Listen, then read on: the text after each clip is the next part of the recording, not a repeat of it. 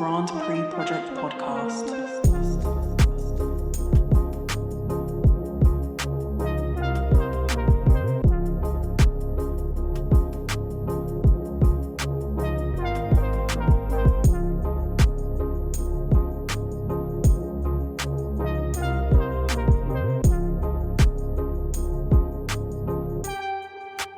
All right. Welcome once again to the Grand Prix Project. Me, your host, Andre, and the big bro. Thanos876. What's up? Good. Season finally kicked off. Yeah, but it was kind of boring. No lie. It's kind of bored, to be honest. It was a great weekend. I'm talking about across the board. It was a great weekend across the board in terms of just how things played out. First of all, things played out true to form. Yeah, I don't think there was any surprise going into the race weekend that Marquez was probably going to be the one to beat because, I don't know, Pecca seems to be just, since the last, test they had at this very same track, he wasn't that impressive. And the form carried over into the weekend again. So, I think where he finished was pretty much where he finished. Because funny enough, you remember we had the predictions of what the race is what the results was gonna be for this race. But I got mine right, but I got the You got the podium right. I got the podium right, but the finishing order is wrong. We both got the podium right. I went conservative. I went with Alex for the win. Right. But I got the podium right because I end up getting. Yeah, it's the same thing. I was just solid with Pecco on mine though. Yeah, because I think I went Pecco, Mark, and Alex. And I went Alex, Mark, Pecco. Yeah. Right. So only you got one place in right. Yeah. Because Pecco finished third. The thing is, in my heart, I actually went with Mark, but I'm like, nah, let's keep it. Let's see if something could happen. But yeah, it was a great weekend. But yeah, let's look at just how the weekend started for Pecco. Like it was tough. Yeah, I think listening to him yesterday after the qualifying session, I think his problem was more tire related rather than the bike performance itself. Because in one of the interviews, he said that he couldn't get to use the tire that he likes, his favorite tire. So he's basically going to have to go with the one he's using. And you could see the whole weekend from FP1, Mark and Alex were just pretty much ahead of everybody. Miles ahead of everybody. And Pecco was FP1, he finished something like 11th? He finished in FP1, nowhere to be seen. I think he was like half a second off Mark. And that's just not typical Pecco. I know Mark's good, but Mark isn't half a second faster than Pecco. But, we don't know that yet. He's not. Because you got to think about it, right? It's the same tune, though. It was the same thing last year. Tires ultimately comes down to this, right? You and I, the greats are going to drive around the issues, certain issues, right? And it's the same thing for Pecco. It's a common thing for Pecco. So it's coming to look like whenever the tire isn't sweet enough for him, he struggles. And ultimately, you got to figure that part out. Yeah, but at the same time, you have to remember, the only thing they have in common with across the whole entire grid is the tires. Yeah, but if you think and about if you can't, whilst they're all they're both on the same bike, if the tire is not working for him, there's not much he can do, And even it would be the same with Mark. If Mark can't get the tires to work, he's not going to perform how he's meant to perform. Yeah, that's true, but it's common. That's what I'm saying. It's a common theme for Pecco. Every year, it's the same thing. Go back and check his track record. There's always something going on with tires. And you'd be like, really? Yeah, because that's what the limiting factor is for him. The tires, it's not the bike. The bike performs well, but if you've seen last year... So at what point you start looking at the rider? Well, unless when you can provide evidence that the tires aren't causing a problem. But we haven't seen any evidence that the tires are causing a problem. We saw that last year. And I think we might have seen it in this race as well. But the more we get on into the podcast, we might, we bring that up. The reason why I doubt it, right? Mm-hmm. It seems to always be Pecco with this common tire issue when he's not performing. Well, yes. You can say that, yes, but I don't think it's just him. At that point, you got to start looking at the rider. Fair enough, but I don't think... I'm just going off his history. I'm not being tough on him. I'm just going off his history. He's always got a problem with tires, right?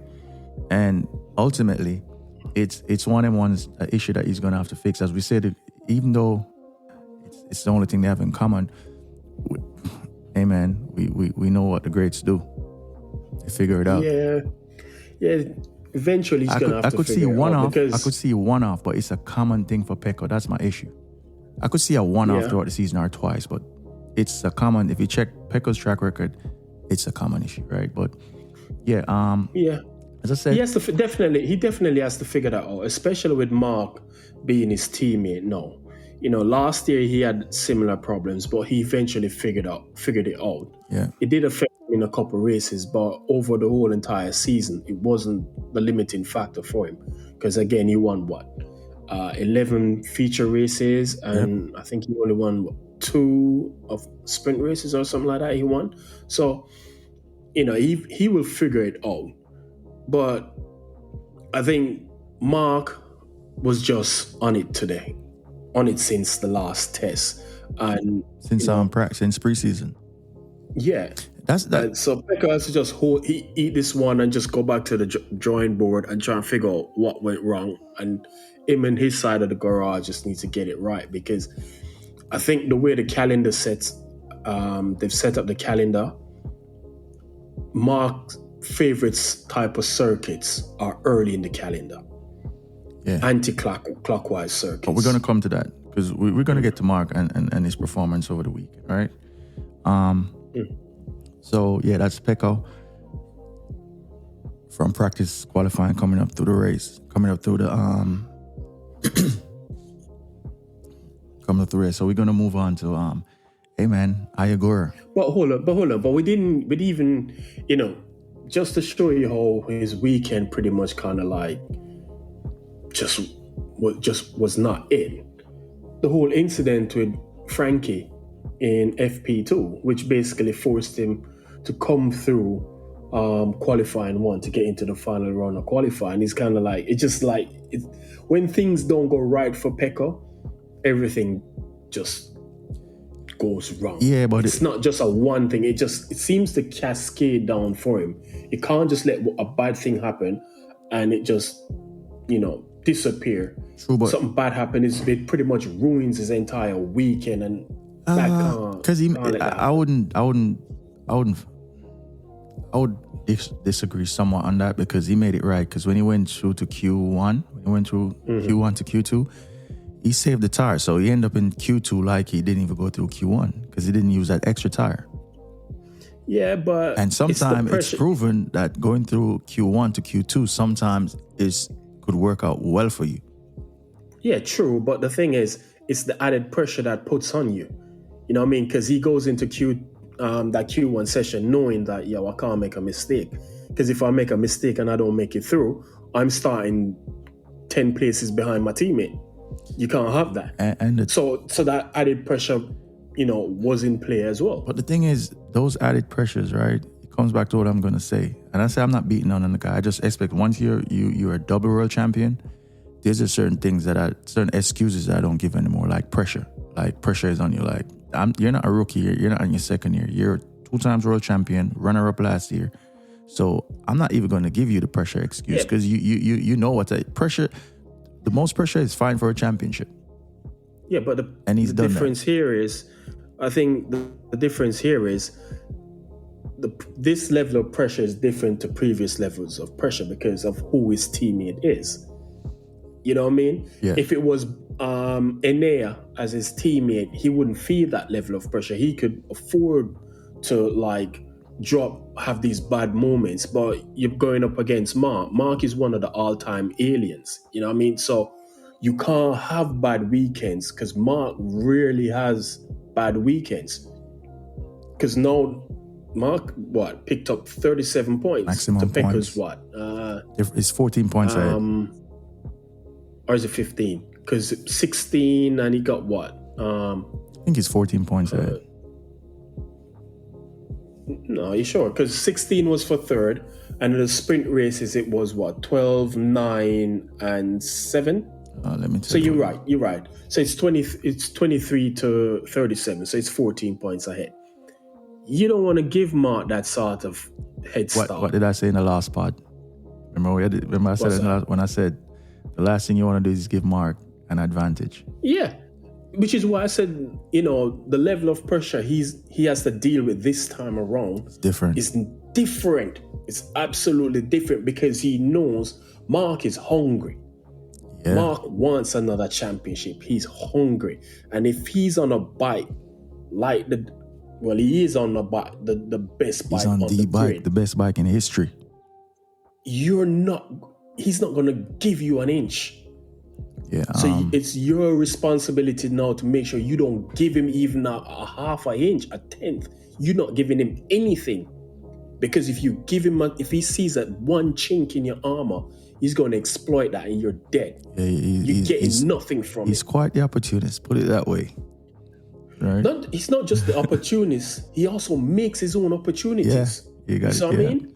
So he'll prey on your mishaps and whatnot, but at the same time, he's going to force you into those mishaps as well. So he's going to create his own opportunities. So we're going to come to Marc, right?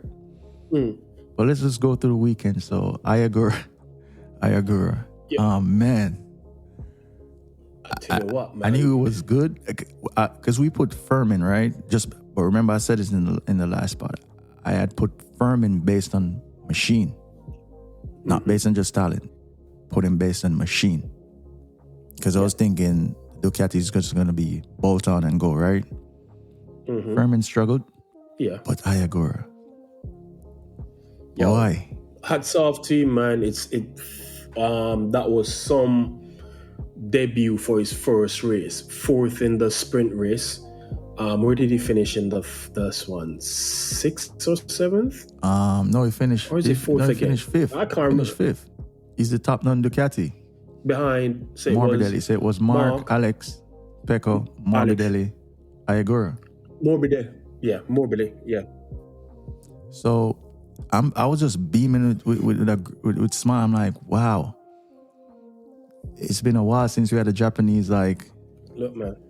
But the thing is, Ogura is a safe pair of hands, bro. And the thing that I like with him is he takes his time. Yeah. Right? And he's a student of the sport. In terms of how he goes about his business. Because you're talking about this man turning an opportunity to go to MotoGP. Most people do that and never see MotoGP. True. But he had a mission. I mean, he made the right decision because where was he going to go? He's going to go on one of them Hondas. But what I'm saying to you, a lot of times that happens and you never get another call-up. True. He said, man, I need to win this Moto2 championship. Because he knew he should have won that one the year before, the one that Augusta 22? 23, because he won last year. Yeah, which was 24. So it was 22. So 22, the one that he fumbled. No, he won last year, so he fumbled 23. Nah, man, he didn't. It wasn't who won it in 23. Remember, Augusta Fernandez won it, and then 22. You sure it's not 22 when he crashed out a second in the rain? I think it was at the. Was it 22? I'm sure it was 22. No, you're right, because he was 23. Injured. He was injured a lot in 23, right?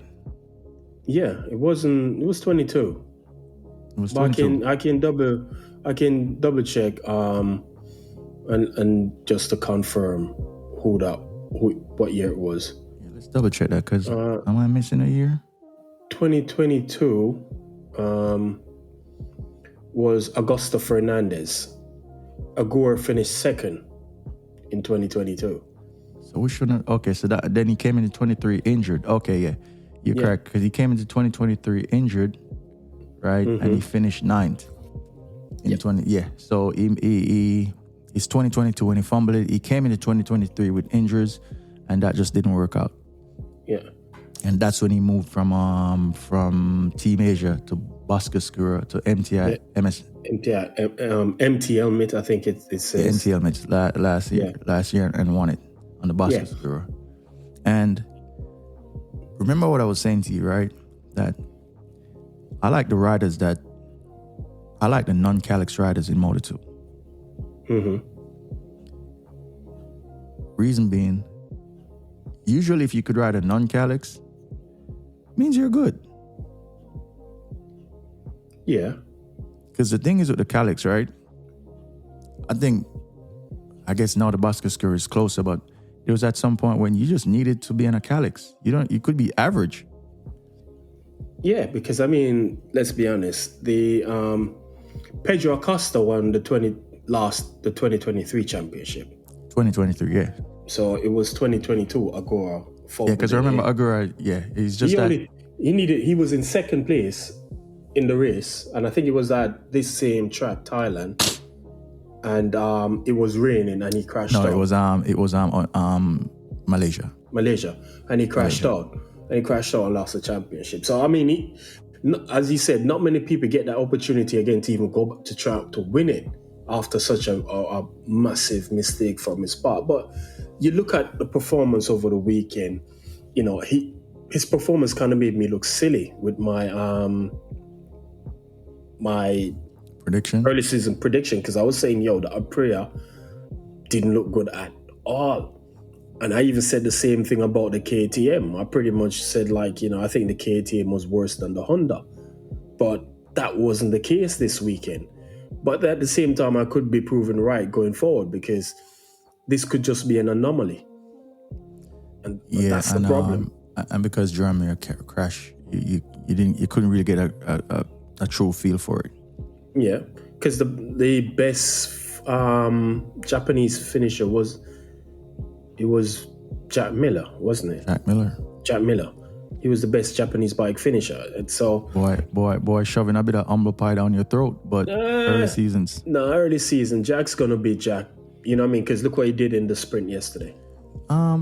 He crashed for me, right? Crashed out the sprint yesterday, didn't he? So Jack is gonna do Jack Miller things at some point in the season. So I'm not even worried about him right now, because I just know he's gonna do what he normally does and just fumbles it and crashes and all sort of madness. So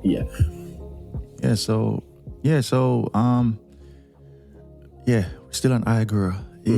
He carried the flag for Aprilia and Trackhouse this weekend. Not just exactly, because and he's on a satellite bike. He's not even on the full factory bike. I'm sitting here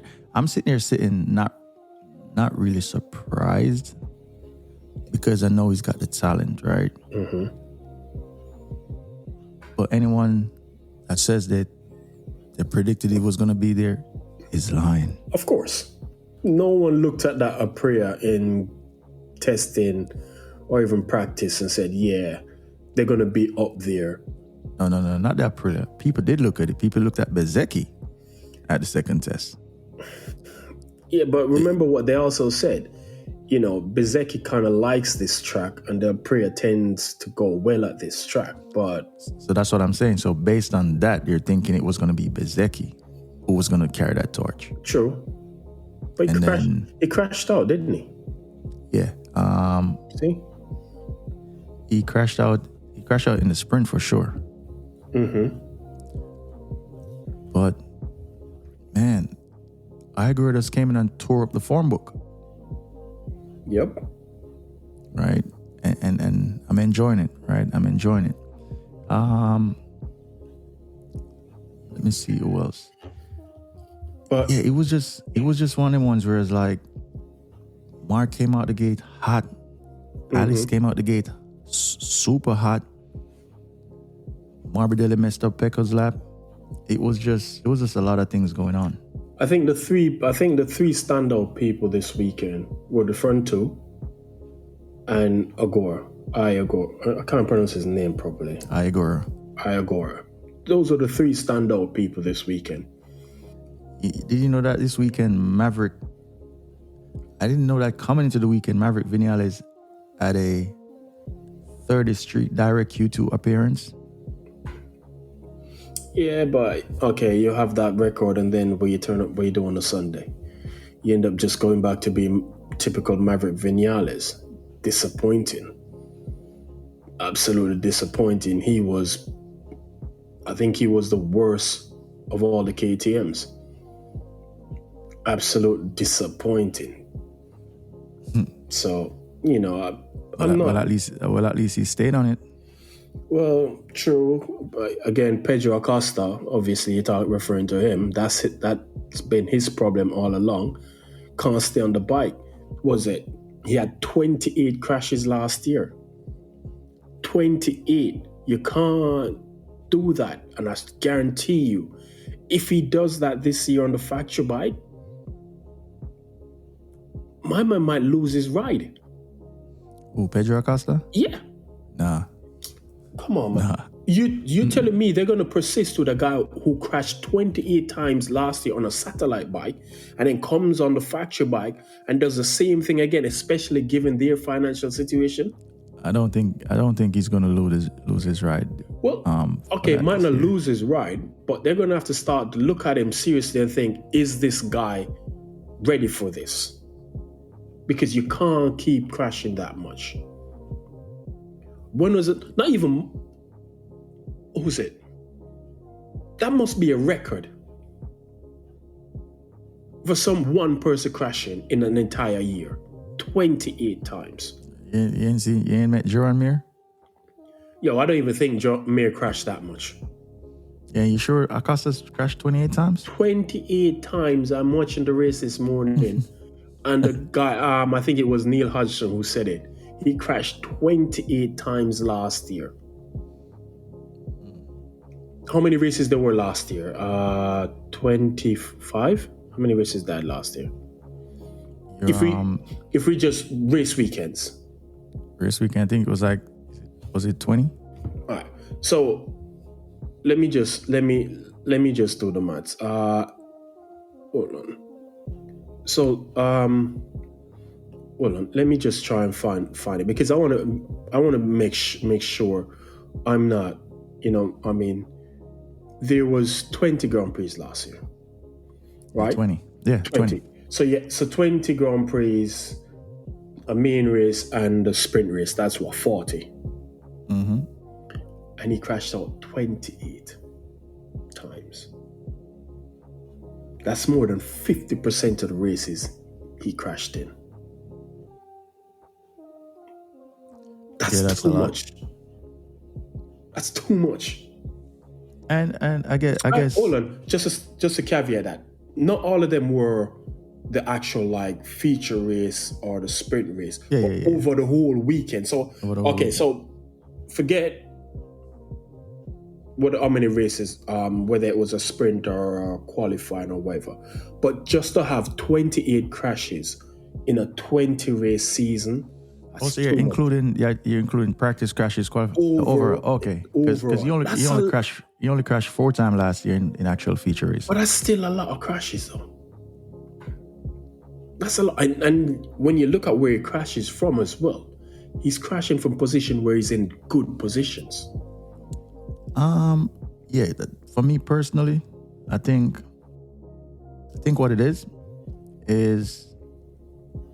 he came in, right, with that allure. Is that the word? Allure? Mm-hmm. Right? And he wanted to win so much. Mm-hmm. Because of the comparisons. Because there's a lot of comparisons about being the new Marc Marquez, which I don't agree with. Everyone is their own individual. No one is the new anyone, right? True. But he came in with all of that, and he wants to win. And of course, sure in the back of his mind, he's probably looking at it like, yeah, I want to be the best rookie to ever do it. But hey, man, once you didn't win your second race or your first race, that boat sailed for you. Yeah, and the thing is, he had opportunities to win some races last year. Yep. And because, again, you saw that youthful exuberance is the term they use, comes out. And he crashes out of good positions, crashed out from podium positions. From the leader races, he crashed out. It's like, that can't keep happening.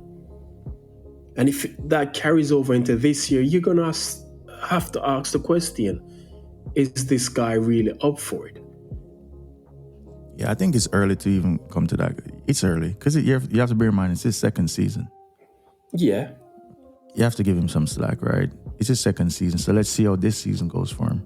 I think he has the talent, right? I just think like you just need to calm down a little bit and just understand that sometimes you're in certain positions, you just got to take those points, right? Because you got to tally up them points to get your place at the end of the season, right? Whether you're champion, runner up, third, he has to understand these things. Exactly. Yeah, but you'd think he'd have known that, given that he's a Moto2 champion. That's how you win a Moto2 championship. You know what I mean? So, I mean, it was disappointing for Acosta today. Absolutely disappointing. He basically, he was the best running KTM, and then just binned it. Yeah. Let's see how we progress through the season. First race, probably a bit of rust. Let's see. Let's talk about your man, Fabio Quartararo. Shit. Man, right now I'm disappointed. Here's what I can't understand. And again, I think if we go back to the testing, they said that this wasn't a good track for the Yamaha. So finishing 7th yesterday in the sprint was kind of like probably a bonus. He made it. The good thing is he made it straight through to the Q2 session. Unlike in previous years, he had to go through qualifying 1 to make it wrong. But the sprint race wasn't so bad. But I expected more from them in that over the whole entire weekend. What happened to him during the race this morning, I have no idea, because that man fell like a stone. I'm looking at the timing screen and I just see him falling down. At one point, you couldn't even see his name. I'm like, yo, is he still in the race? He's 19th. Yeah, I saw that too. That was crazy. I'm like, where's Fabio? What's going on? Don't tell me that what we saw in the Malaysia test was just fool's gold. We're being sold already. He was lucky to even get a point. Yeah. I mean, the Hondas were performing better than the friggin' Yamahas. He was the third best Yamaha. Yeah, behind Jack Miller, Rins. Behind the Pramac team, basically. Yeah. Oh, no, not Rins. Jack Miller and Oliveira, because he finished behind Oliveira. He finished ahead of Rins. Rins was the last of the Yamahas. He finished ahead of Oliveira. But at one point, he was behind all of them. At one point, he was even behind Rins. They showed the screen. Fabio was fighting with what's the Thai kid's name? Chantra. What's it? Chantra. Sankiat. Sankiat Chantra. That's who Fabio was racing with. That's how bad the Yamaha. What was it? A bike thing or was it a tire thing? I've not seen anything come out yet to say what the problem was. But remember I said it to you, Yamaha could get all of these concessions they want.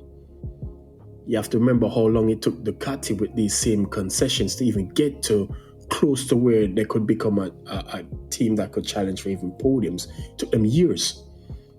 And with the regs changing for 2027, I'm not hopeful. I was hopeful that they've probably turned the corner and we might see something for them going forward, because after the Sepang test, they were the next best buy after the Ducatis.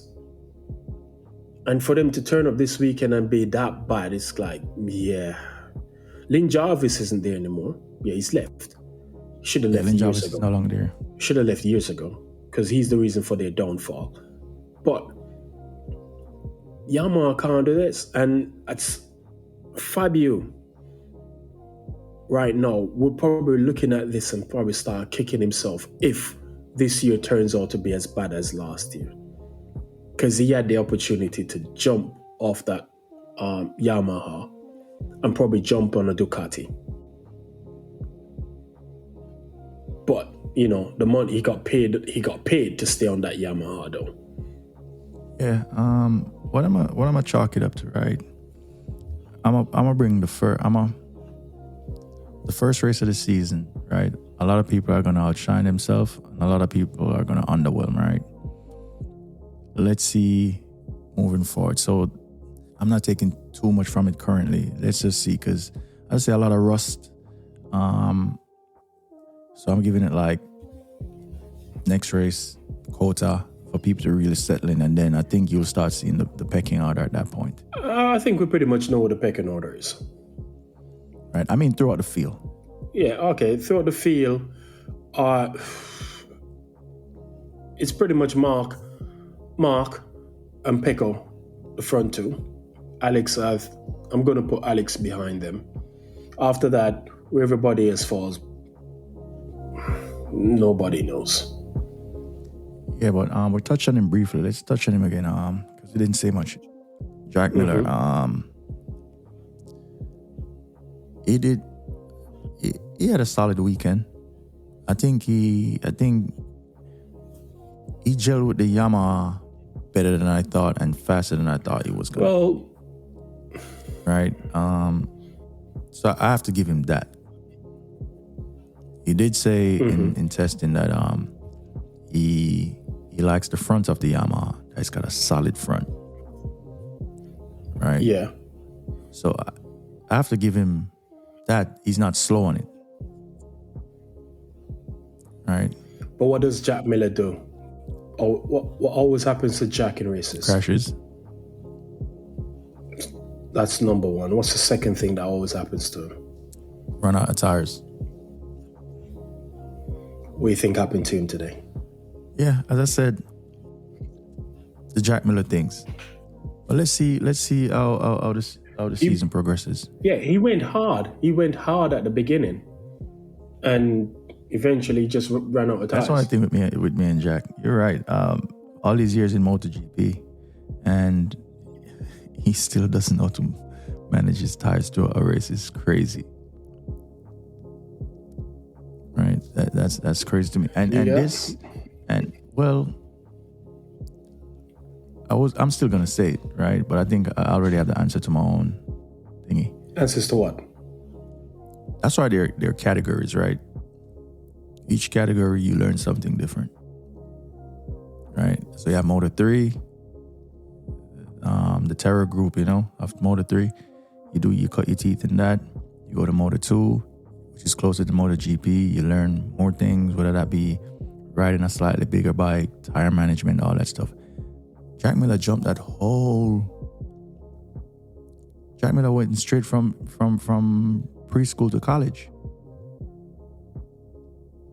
and sometimes missing out on that teaching, that level of education. Sometimes that will haunt you throughout your whole career. There you go. But look. However, you would think that however, you would think that, well, he did all of that. He jumped from preschool to college. I didn't jump in from Moto 3 all the way to MotoGP. But you think with experience in class all these years, you would have solved that issue. True. Because what we can't say is the jump from Moto 3 to MotoGP was a disaster. Because he has won races, he's been on the podium, he's been on pole, he's ridden for factory bikes. So you can say it was somewhat of a success. But you'd have expected more from him, given that he has ridden a factory Ducati. He was on a factory Honda as well. Yeah, so most of the bikes he's ridden have been factory spec bikes, full factory bikes. you'd have expected more from him. But he hasn't really lived up to the hype that he got when he came into the category. No, he hasn't. So, whilst today was somewhat good results for him, I'm still not confident that going forward, the next couple of races, we'll see the same thing from him. If that happens, then I'll happily eat my humble pie. But no.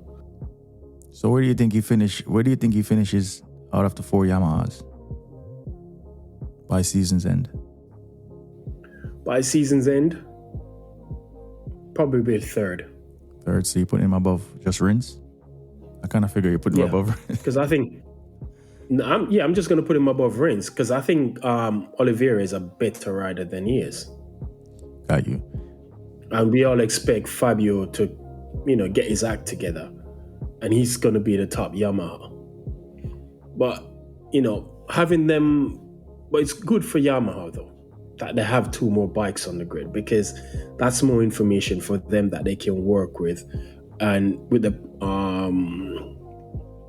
to move them further up the grid, improve the bike. But how long it's going to take for me, it's going to come down. It's not going to happen next year. Yeah. It's when they do the whole reset in 2027 is when they can somewhat try and get back to the front of the grid.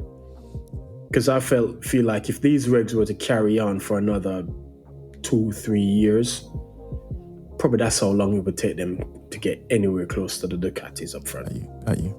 Makes sense. All right, moving on to let's move on to the top 2 actually, right? Marc and Alex. As I said, both of them had form in preseason. I also said on the last part that Alex Marquez is underrated, right? Mm-hmm. Because most people think he's only in the sport because of his brother, but at the same time, doesn't make any sense. You're talking about a dude that won chips before he got into MotoGP. So he won Moto2. He won the championship. So, and he won Moto3 too. Yeah, so he's no mug. You don't win those championships. And the guys that they beat in Moto3 are some of their favorites on the grid. Like who? Right? I can't remember. Alex Rins was part of that. Mm-hmm. Jack Miller was part of that. Wasn't the Espargaro brothers one of them in there as well? Nah. Okay, cool. No, one of the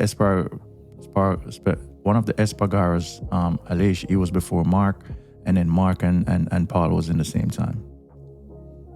Right? So you have to understand that the guys got pedigree. Right? And for me, I'm a fan. I've always been a fan. I just always say, you know what? You have some riders who are quick out the gate. And a lot of times, you have riders who are quick out the gate and they don't even last. Yeah. Right? It was a case of give him time. He's one of them riders. It takes him a little time to get up to speed, right machinery underneath him, right? And if you look at him this weekend, even over the full race, he ran out of tire close to the end, but Pecco still didn't catch him and he still managed well. Yeah. Right? Because I think, again, the whole Pecco thing couldn't beat him was because Pecco was just generally struggling. And if you listen to him after the sprint races, he said, it was pretty dangerous for him to push any harder than he did. No, I'm not saying that Pecco. No. I'm agreeing with you. I'm just saying, so even if Pecco didn't have his problems, I think that big of a problem, I think he'd probably still struggle to beat Alex. Because the thing is that I like from Alex, as I said, I'm waiting to see the season kind of settles. But Alex has been showing form on that Ducati throughout the whole of preseason, which is good. And the thing I was looking for in this race was to see if he was going to at least go the full distance and see how his tires went. I think he did well. Of course he did. He finished second in both races. Yeah, so I'm happy that now I could see him over race distance, and it looks like he knows how to. He's better at his tire management, and maybe this motorcycle is also better at that too. It's the full spec 24 bike. So, yes. boy's up there. He's doing his thing. It's the full spec 24 bike. The only difference between this one and the one that Mark has apparently is just the electronics. And probably the Aero package is something slightly different, but it's pretty much the exact same bike. And like what I said, it's a situation of now he's on that bike. You remember what I said to you, that a lot of these guys are a lot of quote-unquote pros' favorite? Mm-hmm. Frankie Morbidelli is one of those riders that's one of their favorites, right? And he's on the same bike as Alex. Mm-hmm. Right? And Alex is doing the thing. The guy that they underrate the most, he's doing his thing, and he's been showing consistent pace ever since he went on that bike. So I'm happy for him. I hope he could be consistent throughout the whole season. And we're in for a ride. Yeah, but like you said, it's only one race. So for now, let's just put it down to that one race and see what happens in, 2 weeks' time? We're in 2 weeks' time. Is it Argentina? And then Kota. Again, that's another one. Argentina is another one. Anti-clockwise track. Advantage Mark. And then he's going to Kota, where he's only ever lost. Last year was the first time he lost? No, he lost Kota twice. He crashed out of the 2 races that he raced. Mm-hmm. That he didn't win Kota is when he crashed out. So he crashed in 23 and crashed in 24. Yeah. No, he crashed in 2019. Yeah, but you said the 2 that he didn't win, he crashed out of. Yeah, because you got to remember there's some Kota race that he didn't race when he was injured. Yeah, true. So that would have been, he crashed out last year. Yeah, so crashed out last year. So that means he probably missed 23, the 23 race then. I don't know. I don't remember, but I'd have to look that up. But again, it's not, they're going into his backyard. Kota is his backyard. So we touched on Alex. Great race, great weekend for him. Actually, great preseason, great everything to this point for Alex Marquez. Kudos to him. Mm-hmm. There's no better feeling than see an underdog come to the fore. Yep. Especially when they say you're only there because of your brother. So, which is crazy to me, but that's a whole nother pot, right? So to his brother, what happened this weekend, true to form, as we mentioned at the top of the pod. What was the initial thoughts when he slowed up and lap 8? I thought he was a mechanical issue, or he ran wide or ran off the track or something like that happened and he was having tire issues or what. That's what I was looking. And, but then once you saw him like file back in behind his Alex, I'm watching and I'm pretty much like, he's just going to tie with the field. And as soon as he's ready, you're just going to pass him at will and just clears off into the distance, because the pace he had at the start of the race was pretty much mind-boggling. So he was the only one at that point, doing 30s. Everyone was doing 31s. The thing is, right, when it happened and I looked, and when I saw him slotting behind his brother, behind Alex, I instantly said, tire pressure. I put it in my notes, tire pressure. Yeah. Right? And I'm looking at it like, so now he's going to have to get those pressures under control. How long is it going to take? The thing for me, right, as you mentioned, is pace. Mm-hmm. If he didn't have that issue, he would have walked that race. Of course. Easy. Because they were listening to the commentary where he was making most of his times was, what was it they said? The sequence of corner 4, 5, and 6. Basically all left-hand corners. That's where he was making up like 3/10 on everybody. It was a 4. Once he led into the first corner, that was it. I think even if he had dropped down to 5th or 6th, he would have still won that race. That's the sort of pace he had. It wasn't, and Pecco, granted, Pecco probably didn't know why he felt fell behind Alex, said he was pretty much toying with us. And that's literally what he was doing with everybody. I don't like the word toying. Yeah, I mean... Because when you say someone is toying with you, right? Yeah, no. I think when Pecco said, like I said, Pecco probably wasn't aware of why he ended up. Oh, you mean behind. That's why so he thought he just literally gave up a second and a half? Nah, no one does that. But, Marc pretty much had the pace to, I don't know, he could have won that race maybe by 10 seconds if he wanted to. Because once he passed Alex, he pulled a second but before the lap was even over. And that's what I'm looking at, right? Is to be able to pull that type of pace on a Ducati against a field that's got some great riders and Ducatis too is kind of eyebrow raising. Yeah, true. But as again, I say, it's only one race. Again, it's only one race. I don't expect that to happen the whole entire season. There's going to be weekends where he has nothing for Pecco. Definitely not. There's going to be weekends where Pecco is just Pecco. And Marc has nothing whatsoever for him. And the only thing Marc will have to use in his arsenal is he's going to have to rough up Pecco and try and get him off his game. And he has no qualms doing that.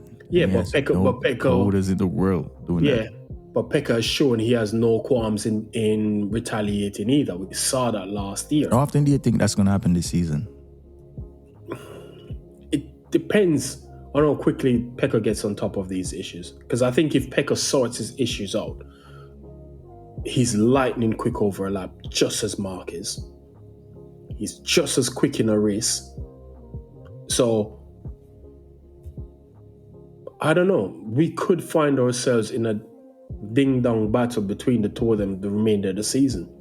But again, it depends on how Pecco gets on top of these issues he's having with the tires. He had them last year, and he's saying it again this year.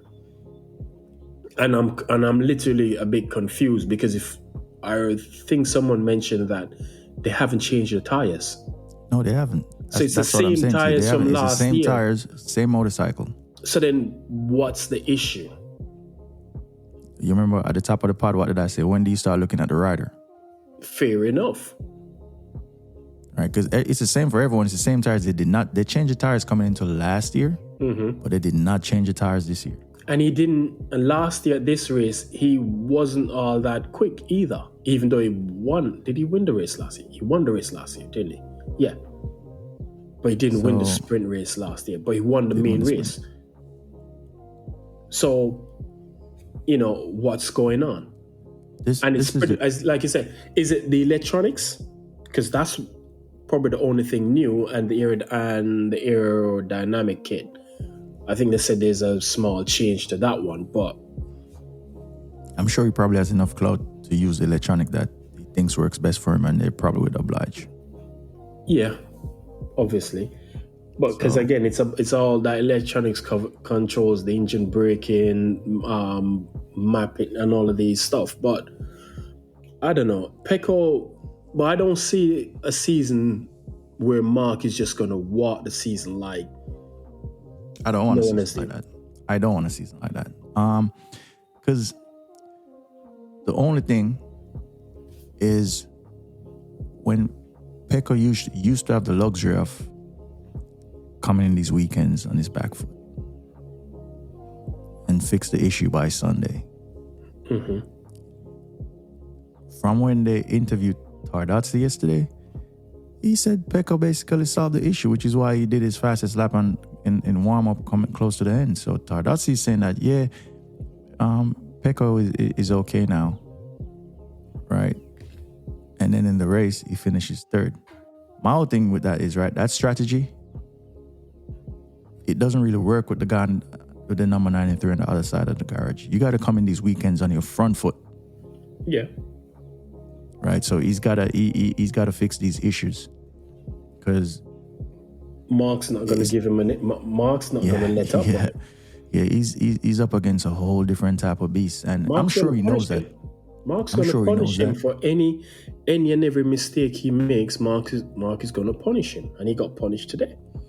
Because today it would have been ideal if he had finished second to Mark in both races. Third. It's 14 points already. And look at this, right?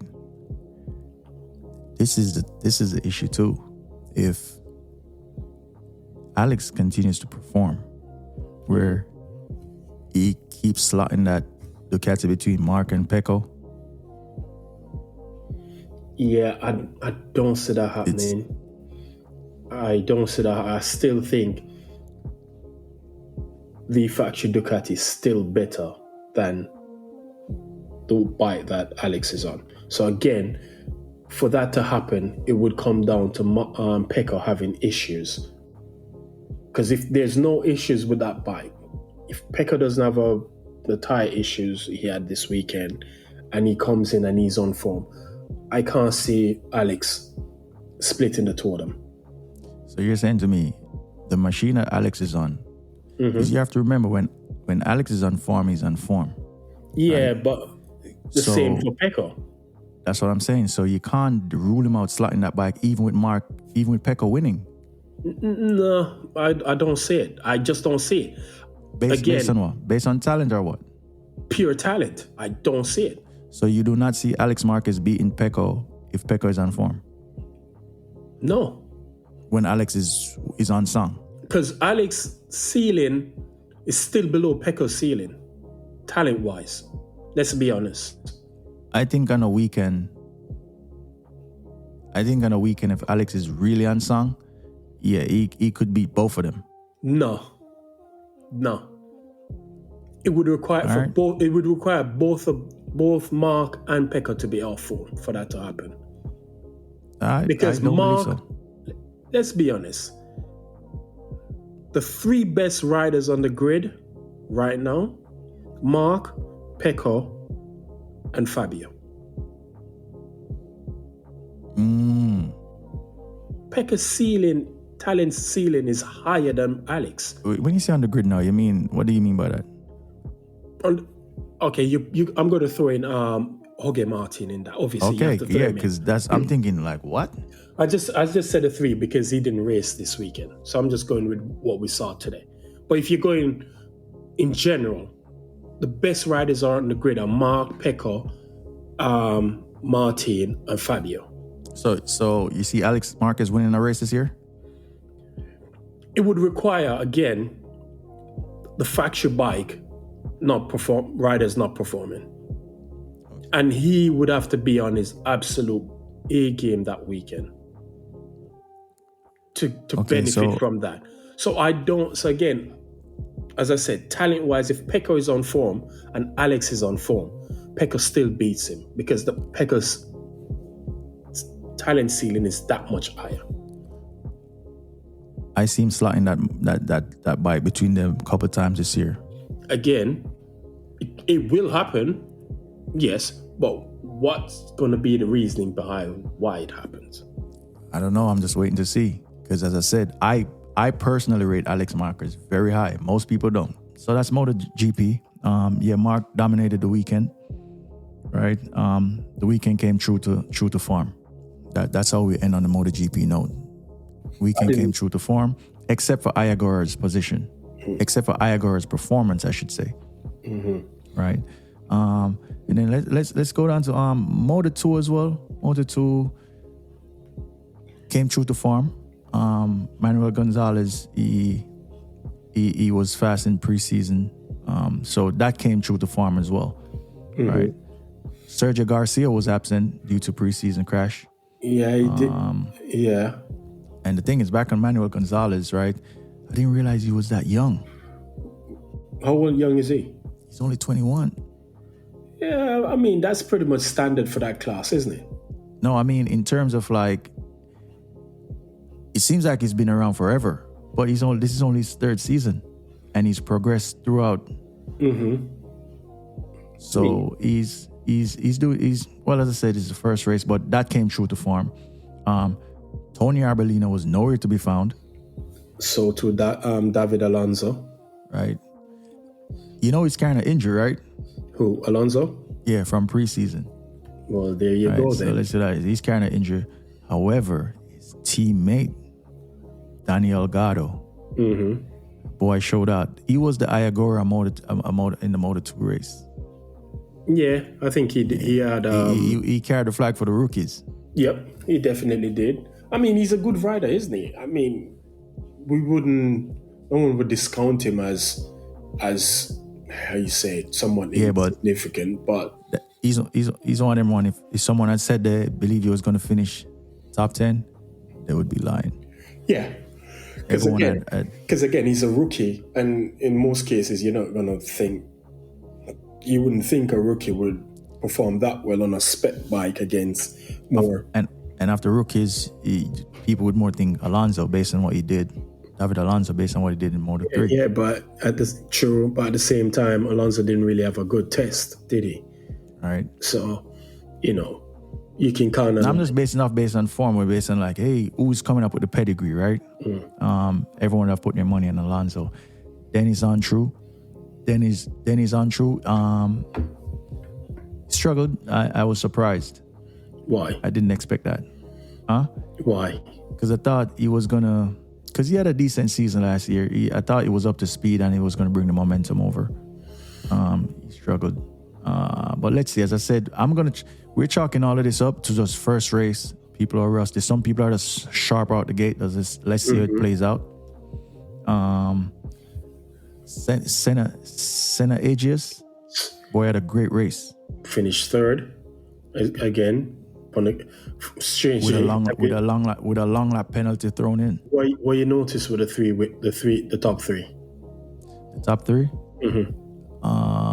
Top three. What's the common denominator? All on Calyx? Yep. They're all on Calyx bikes again. So is Calyx gonna come back to be like they were when they've switched over to these specifications? No, I doubt it. Really? I doubt it.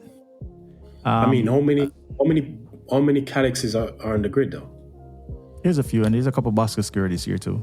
Yeah, but I think they're probably more Calyx than anything else. There's always been more. Calyx has always been the dominant chassis on the Moto2 grid. But people switch to Bosca because I think Mark Vides is on Bosca now. Obviously the MTI or MSI. I think it's MTI. MTI helmets, they're on Bosca, and I think there's another team that switched to Bosca. Right, so but yeah, that came true to form. Aaron Kenneth, he got a solid 20. He was lucky he didn't get a penalty. He locked up. Yeah, it was lucky he didn't get a penalty for that move. Who, Kenneth? Yeah. He was lucky he didn't get a penalty. So, there goes that one. But I thought, for me, he's still the favorite to win the championship. But I feel like he might throw it away. It's actually empty helmet. It's empty helmets. Kenneth is still the favorite, but I think he might throw it away. Yeah, I'm waiting to see what, because I said the fact that Senna Aegis is a decent pair of hands, right? So, which is why I'm chalking up this first race to just be in the first race. Yeah, we can't really read too much into what happened this weekend and think, yeah, that's the pick. Well, probably with the exception of what happened with Mark. I don't think anything else is set in stone. It's too early for that. I think we'll know more maybe after the first 3 or 4 races. Then we kind of have a better understanding of what the pecking order is on the grid. Well, obviously, as I said, we know Mark is pretty much, at the top right now. And probably Mark and Pecco will be the 2 at the front easily because, again, the Ducati is just that much better than everybody else's bike right now. And I can't see And here's my concern. When they get that 25 bike sorted, they're just gonna run. They're just gonna stretch their legs even more over everybody else. Yeah, because I think they're bringing the chassis back at the Aragon test. When's the Aragon test? Not Aragon. Is it Erith? Yeres? Yeah, I think that's the test they're going to bring it back. There's not an Aragon test. I think it's Erith. Okay, cool. So, I can't say it's very likely Ducatis run the table this year. They should, in theory, win every single race this year. Be it factory or satellite team, they should win every single race.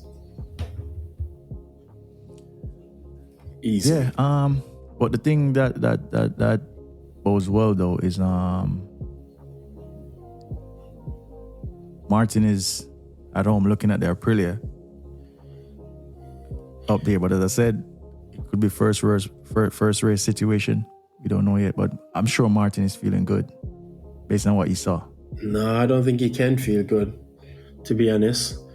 Again, like you said, he hasn't really ridden it properly as yet, so he doesn't know the full handling characteristics of it. So whilst Bez and I performed well, he might end up struggling on it. And again, it's just one race we've seen. No, I'm basing that based off a rider looking at a bike, like, well, at least it's not at the back. True. That's what I'm basing it on. Hey, at least it's not at the back. At least it's top 10. He's fifth. He's fourth. Because where he's did looking at it like he's looking at it, you know. What's his teammate again? What's his name again? Raul Fernandez. Where did he finish? He retired because I think he was suffering with the heat issues from the Aprilia. There you go. So you see the problem. So that you see that. And I remember last year, it was something that Maverick said as well. Said that the heat dissipation off that bike is very high. And then you'd ask yourself, how do you explain your teammate finishing fourth and fifth? Well, probably because they can deal with the heat. I don't know. Maverick's getting on in age. So yeah. So and you know who quietly snuck up in the top 10? Who? I got to run it back. Go back to MotoGP real quick. Mm-hmm. Enia Bastianini. He finished 9th. On the KTM. Started from almost the back of the grid. He's on the Tech 3 KTM, isn't he? Tech 3 KTM. And Maverick finished dead last, I think. No, Maverick finished 16th behind Fabio. Yeah. Brad Binder was the best placed KTM. I agree, is looking good up though. But yeah, I just want to say that because Bastianini once again doing Bastianini things. Mm-hmm. Just snuck in there real quick. Yeah, Bastianini's like, when did he arrive? His problem has always been he cannot start well. He doesn't start well. But when it comes to the second half of the race, he's always there or thereabouts. So, good for him. Because the best placed KTM was Binder. Mm-hmm. I mean, if you look at it this way, bro.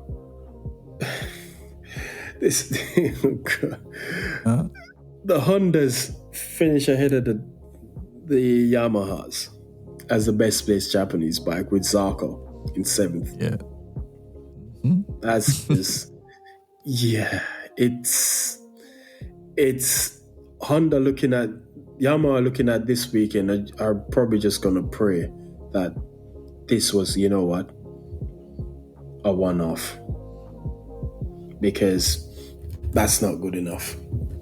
And if you look at the timings, Zarco was even far off Bezzecchi and the Aprilia, because Bezzecchi finished at 14.967 seconds to 15. So he was about 3/10. Finished 15.225.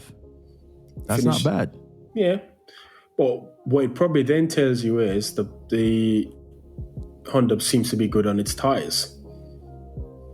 because Jack Miller fell like a stone because his tires just went off. But again, that's typical Jack Miller. Yeah, Jack doing Jack things, right? Mm-hmm. And yeah, just a few things. So that's Moto2 really. Diego, I like that kid, Diego Moreira. He's a terrorist. Who does he ride for? He rides for I think is it Italtrans? He's the Brazilian kid. Mm-hmm. Okay. I like him though. I like him. I think there's going to be some surprise in that Moto2 season. You know, like I said, I still think it's Cannett's to lose, but knowing Canet, you know, missed the second place, he might definitely screw that up. But I want to see what happens when Alonso is fully fit, because I think he's on a good bike. So he's in one of the best teams. Yeah. So let's see what happens when he's fully fit. Yeah, he's got a little learning curve. You know. Yeah, Moto3 is an open field because all the top riders, I think the top 4 vacated to Moto2 this year. Mm-hmm. My guy Piqueras, he got collected. The British kid Scott Ogden, it was just bad for me on the last corner. He rode well and then got taken out at the last corner. Rueda, that was true to form as well. Rueda was the guy that they had to win. And so everything throughout the weekend went true to form, right, from what we saw in preseason. Mm-hmm. But his teammate, this young kid, Alvaro Carpe, it was a 1-2 for the minute. Yeah, he looks like a talent. Same thing as that Guido Pini guy. There's a few. Yeah, Moto3 is one to look at because there's all the big guys from last year vacated. So this is just an open field. Hold on. Why is Dennis Foggia in Moto3? Yeah, because he didn't make it in Moto2, so he went back down. Oh God. Yeah, so that's just Moto3. You know, he should have just moved over to Superbikes or something like that. Yeah, he's never going to get a MotoGP ride. So might as well go to second best class. But that's just Moto3 in a nutshell. To be honest, I'm not even gonna go too much into Moto3. Just watch it. That's where the terror groups are. These guys are ruthless. I mean, look where even David Munoz finished. He didn't even score a point. 19th. Yeah, because he crashed. Oh, I missed that one. He crashed. He was on. Yeah, he had some pace, but I don't think even if he stayed on, he would have had an answer for Rueda. Rueda pace was just crazy. Yeah, but yeah, we're just gonna wrap this one up. Just a quick recap. Dovi was there. Dovi was in the commentary boxes. You know. Yeah, because he's a Ducati legend. He's the development rider for Yamaha, isn't he? Yeah. Yamaha development rider team is serious, you know. Yeah, is Kyle Crutchlow still there? Yeah, they have Dovey and they have Crutchlow. There's somebody else, but I can't remember who the third person is. It no, it's not Guintoli. Is it Sylvan? No, Sylvan is the development rider for BMW in Superbike. Superbikes, yeah. So, but there's somebody else in that Yamaha stable that's part of the development team with Dovey and Cal, but I can't remember who it is. So they have which to me is kind of like, how has the bike not progressed given the calibers of rider that they have in the development team? Yeah, as I said, let's see how that comes throughout the season. Yeah, so Dovey was there. Just a quick recap. Dovey just gave his thoughts, and it's always good to hear from Dovey. Dovey's such a gentleman, and Dovey is the guy that actually bring Ducati back to the forefront of racing. So definitely a MotoGP legend. Yeah, right? But did he bring them back to the forefront? Because Stoner won a championship with them, didn't it? And then they went into a slump, and then it was Dovey who actually brought them back to competing. Yeah, that's when the concession. That's when the second. That's when the second. That Dovey is the one that actually brought back Ducati to competitive racing, to competitiveness. Yep, true. You can't take that away from him. True. Right. And so yeah, just to recap, Marc Marquez lap 8 mystery. We then found out it was a tire pressure. That rule, I don't like that rule. Honest to God, I don't like that rule. Yeah, I personally don't like it, but it's there, so we just got to deal with it, right? But again, make better tires. It's kind of like this. It's kind of like the Formula One issue. Just make better tires. Why you forcing riders to like, oh crap, I have to make sure my tire. And apparently the reason why he stayed that long behind Alex is because he had to have it down for like 60% of the race. Yeah, you have to, and then the light on the thing, he can't make the move until the light tell him it's okay. Yeah, thing on his dash say it's okay. So if he had run off into the distance and done another 3, 4, 5 laps, he would have been disqualified from the race. Which is crazy. Because he wouldn't have done 60% with it at that pressure. And you can imagine if it wasn't Alex, if it was Pecco, he had to drop behind, and then Pecco decided he wanted to clear off, and then Marc got to deal with this tire pressure issue. Well, the thing is, apparently with it, if you're behind someone, it helps to bring the pressures back up. Pressure was up, which is why he fell behind him. Yeah, and he stayed close to him because the closer you get that hot air off it, so it causes to go back up. But I don't like the rule. Yeah, I don't like the rule. Anyone likes the rule. They make better tires. That's where I see it too. It's the Pirelli of Formula, and the thing is, Michelin makes good tires. But why are you coming with this nonsense? Yeah, it's crazy. Historic moment in Thailand, the Marquez brothers double podium. That was a good thing to see. Because they've had double podiums before, but never in a main never race. First and second. It was second and third. Yeah, but never in a feature race. Yeah. So they finally have that in a feature race. They've had it in a sprint race, but not feature. It was last year, Germany, I think. Yeah. I'd have to Germany check. last year. I'd have to check that one. And Marc wins on his Ducati debut. First since Casey Stoner. First Ducati debutant to win on a Ducati since Casey Stoner in 2007. There you go. Right. Shows you what that bike is. He also equals Danny Pedrosa's 112 podiums. I already touched on Bastianini's quiet but strong finish in 9th. It was a sleeper for Bastianini, but he came in top 10. You know, as I said, Bastianini doing his thing. The thing that I like for the weekend, one of the things that actually put a smile on my face is the little kid. I think his name was Rashawan. Who? Rashawan, the little kid. You didn't see the kid that was dressed in full Marcus gear? Yeah. Because last year Marc crashed in the race. He cried his eyes out. And this weekend he spent a lot of time with Marc, it seemed like. He signed some stuff, gave him some gifts and all that stuff. And he said, trust, you're not going to cry this year. And he did. And then after the race, the kid was in Park Ferme with him. They took some photos. It was good. Yeah, I liked it. I like that MotoGP opened up to that. Yeah. Right. I mean, didn't Formula One did something similar when Kimi crashed out of what race was it? Was it in Spain or was it Italy where he crashed out and they showed the kid in the stands crying? But I think the following race or the following year they allowed him into the paddock and he met Kimi and so on. So I mean, Formula One does that as well. But yeah, it was a good look because again, they're the upcoming generation. They're the future fans of the sport, adult fans of the sport. So if you can get them engaged, maybe future riders too, future world champions. You never know. You never know. Future world champions. So it's as I said, season start. I'm happy that the season started. Formula One is up next. Mm-hmm. But yeah, this weekend kind of went true to form, except for, as I said, the anomaly, which is Ogura, and 2, and Daniel Garda in Moto 2. Yep. Right. And I think the young kid what did I say his name was again? The young kid in Moto 3. Which one? Rueda? Not Rueda. Rueda's teammate, Alvaro Carpe. Carpe, yeah. So it's a good start to the season. And then next up is Argentina, followed by Kota. And then Qatar. Kota. And then, I'm looking to go to Kota. I'm still working on that. Okay. But yeah, how do you feel overall?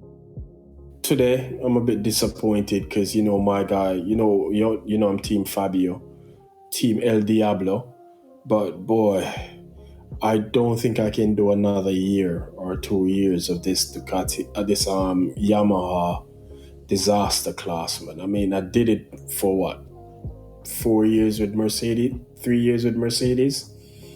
I don't think I can do it with Yamaha, man. This is too stressful.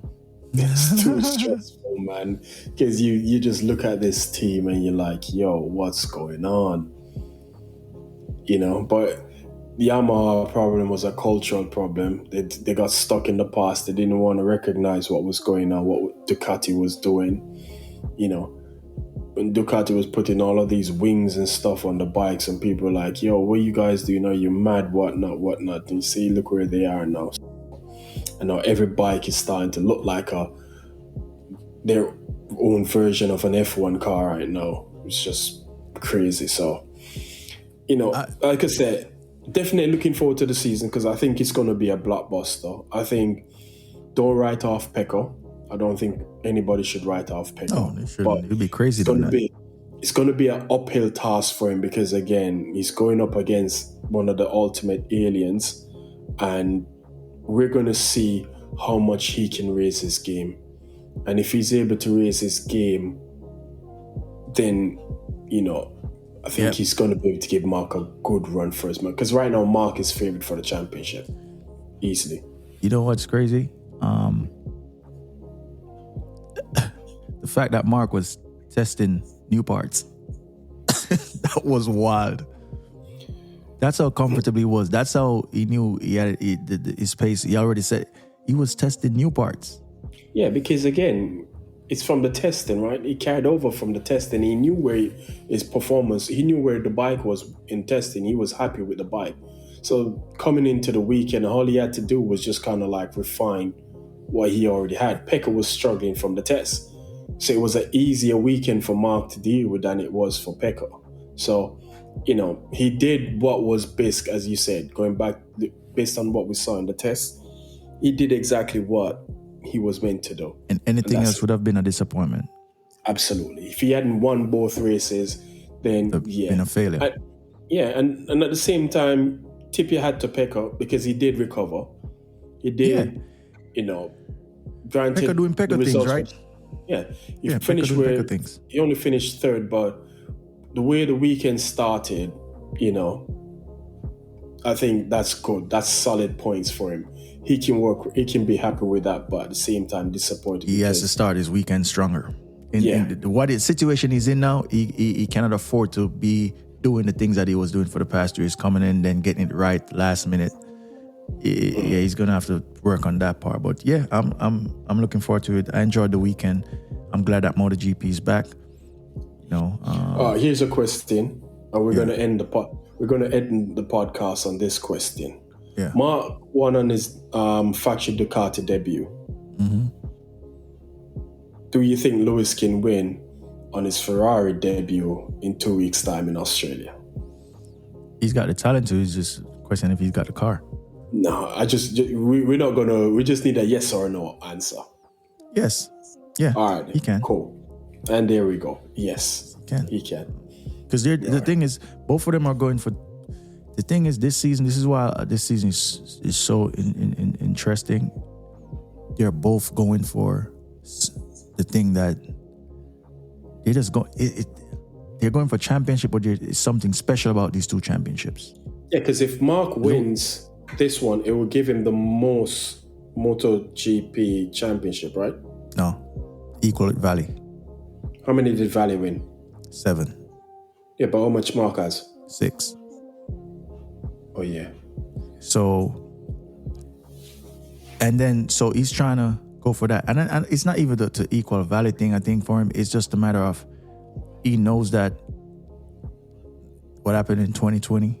He's probably was going to walk that championship, right? And he just wants to get that one after everything that he's been through. I think it's the one to say, this is my scar. Mm-hmm. This is the half arm that I got, and this is the thing that I got for it. I've been to the brink, and I've pulled myself from the brink, and here I am to prove that, Right. And then for Lewis, on the other hand, you give me what your take on Lewis is. Because these are special championships. I don't think for Lewis it's about proving anything, because Lewis doesn't need to prove anything to anybody. I think it's a case of he's hungry and he wants to win. He still has that drive in him to win, and he wants to win a championship that we all know was stolen from him. Yeah, and when I say prove, not Mark is proving it to himself, like what he's been through. He's like, hey, because remember he said he said he took the Grassini ride because he wants to see if he could still win, if he's still competitive, all those things. So it's a personal thing for him right now, is how I feel, right? Right. He wants to win this championship. Because I think if Mark wins this championship and he never wins another championship, he'll be happy. Of course. But I think if he doesn't win another championship, he won't be. He said he'll be happy with himself because at least he knew he was competitive after that horrible injury, right? So, yeah, it's these two championships. They're special championships in my eyes. Very, very special. Yeah, because one of them has more historical meaning, historical context added to it than the other. Because whilst Mark would be tying Rossi's record, Lewis would be separating himself from the pack, which he should have done on that fateful day in 2021. But we all know how that one goes. Yeah. So, Yeah. But let's see what happens in 2 weeks' time in Australia. Yeah, so